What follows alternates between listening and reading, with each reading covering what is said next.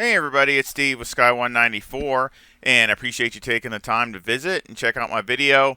And this was kind of a video that I really wasn't planning on doing. I was just kind of getting warmed up and just kind of getting, muscles moving and doing some stuff. Because I'm working on another setup for another car here at COTA. So I was just, warming up with the Porsche since I'm more familiar with it, and just kind of getting the cobwebs knocked out of the brain, so to speak. And I wanted to try some things anyway because this was the first setup for this track that I did was for the Porsche. And of course, I have a little bit better knowledge of it. And of course of what it likes and what it doesn't like and things like that. And there's some things I wanted to try that I just pretty much got a setup for it, but didn't go try every little thing, which there's always something else to try. But anyway, so and I pretty much blew my past personal best with the Porsche away. So I said, what the heck? I mean, I just go ahead and put it out there, see if y'all might enjoy it. It is so fun to drive. In a technical track like this, it really makes it fun. It makes you not really want to stop because it just the way it carves up the corners. And it's just the way I like it. As far as being, you can be aggressive and no problems, and it's just, it's really fun. So we'll just make a lap here and then go over to setup.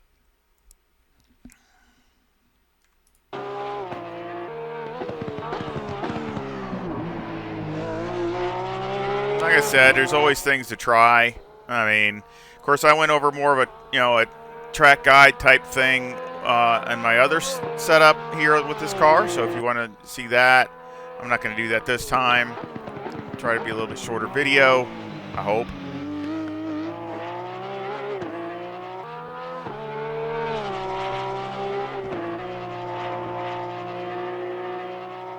But, of course, you got to be really careful with these S's. But basically, I cut those as much as you can without pretty much going out.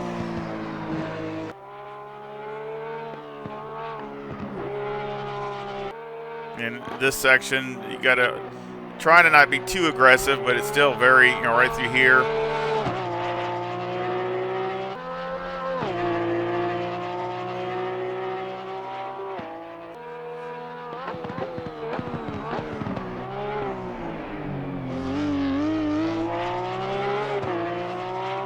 I made one big mistake on this lap, so there's definitely a lot more time in it. I mean, all the way to this point, I had like a 207.0 or 1.0 in my Delta, so I mean, I was really happy, and I just blew one turn. But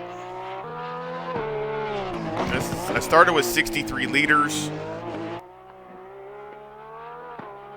So I'm down to 50 now, but I started with 63.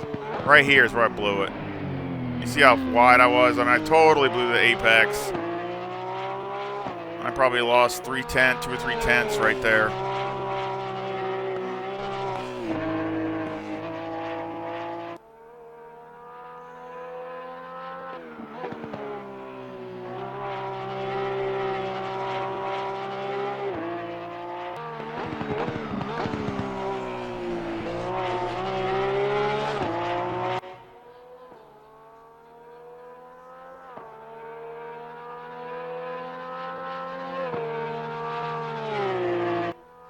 Still ran a 207.25, so really happy with that. That's one of my better laps.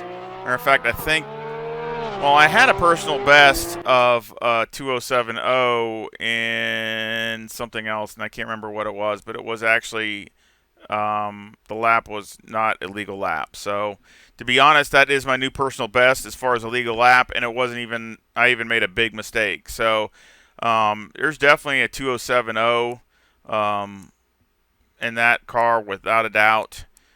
Speed down the straightaway is nothing great. I mean, that's not what the Porsche accelerates. So, I mean, yeah, you give away there, but that's the Porsche. I mean, it's always 4 or 5 miles an hour behind on everything else, so that's just a given.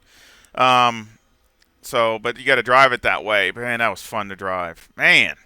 And I just wanted to show you, you can see right there, that's not even a tenth there, but I lost some there, but that was on before I did some other adjustments.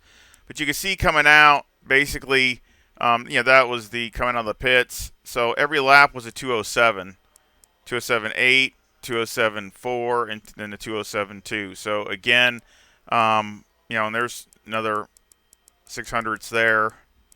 So I mean, I know that there's a teen or an O in it for sure, and that's with temperatures at 24 degrees. So I think it's a solid and it's good race package. I mean, you could do this all day long. The wear is really good. So let's go over the setup. I got 25.3 left front, 25.6 left rear, 25.8 right front and right rear. The toe's negative 0.1 with the camber at negative 3.6 and the caster at 9.4. The toe on the rear is a positive 0.1 with the camber at negative 2.9. Electronics are 4, 3, and 4. Now, again, I was conservative on that, so you might be able to gain some more time also, going with just 3, 3, and 3. But I actually, kept it to where it was a little on the conservative side, to keep the car from getting too out of control. So again, because I knew I was going to be really attacking the corners, but there's a spot there that you might be able to gain. Like I said, I had 63 liters with the number 1 brake pad, and the wear is really good. Light graining, but that's no big deal. But I look at this. I look at the wear here, and it's not too far off, and here is dead on. So, and this one, so you had none. No, so that was back and forth. So I guess it just depends upon, how hard I'm pushing it or whatever. But, that was really good there too. But, I mean, I had a lot of good wear with the tires. Mechanical got 4 on the anti-roll bar, 50 on the brake bias, 12 on the steering ratio. Springs are 127,000 on the front with a 500 bump stop rate and a 3 bump stop range. And on the rear, the springs are 187,000 with a 700 bump stop rate and a 10 bump stop range. Anti-roll bar's 3, and the preload on the diff is 70. Now here, there's a couple things I wouldn't mind trying. Maybe a little bit more bump stop rate on the rear to help it rotate, or maybe a heavier spring in the rear, but things I might try another time. On the brake bias, this is fine here, but maybe the first lap or lap and a half, just be aware of it. Don't go too crazy, or you might want to turn it up to 51. That's what I was actually starting off with, was 51, and then I'd go down to 50 pretty much right away. You might be able to probably go down to even 49, but I'm just putting it in the middle, but just kind of keep that aware of where you might want to put it. Shocks on the front are 2-1-4-2, and on the rear, on the left rear, they're 1-1-5-2, and on the right rear, they're 1-1-3-1. So a little bit different there. And I will show you the Motec. There's the Motec. And again, you want to see the difference. This is what it blew my mind. You want to see the difference. The difference between not changing any springs, any bump stop rates or ranges, not changing any of those things. The only thing I changed was I changed the wing to max, and I changed the ride height in the rear. That's it. I did not touch a suspension other than that at all. And I'll show you what it was before that when I came back and I did a lap. Look at that. Now look at the bump. It skyrocketed over. And I didn't even change anything. I didn't change the springs, bump stop rates, ranges, nothing. And that's on the front. And even the rear's a little off. I mean, compared to before I did that, it was there. So you talk about a drastic change in difference. And, to be honest, I'm really not sure why, because I didn't change anything. I guess it's just the forces of the downforce, and you can now be more aggressive with things. So I guess that's just what it is. But that just goes to show you that's why you constantly, you get the car in the ballpark, you get the car in a basic stuff, and then you're constantly, every time you come in, you're checking Motec because it's like tire temperature, pressure. You're constantly chasing it. It's a chase thing. I mean, things that you change, you don't think would have any change in Motec, and things change. I mean, that's a pretty dramatic difference on the bump side. That is huge. So then I had to go back and adjust it again, and that's when we came up, with something like this. So now it's a lot more, it's a lot more copacetic as far as the rate looks decent. And I still made some adjustments, a couple clicks here, one click here, one click there, type of thing. Nothing major, but now it's really close. So again, that's the difference, and it just boggles my mind how it can change that big, and you didn't change rates, bump stop rates, you know, nothing but a wing and a ride height in the rear. Didn't change the front, just the ride height in the rear. So it's just crazy. But anyway, just wanted to show you that because I know a lot of people like that. So again, it is dialed in with Motec, and actually that really helped because once I did another ride height adjustment, just at one click, and those shocks, basically it dropped, another 2 or 3 tenths just from before.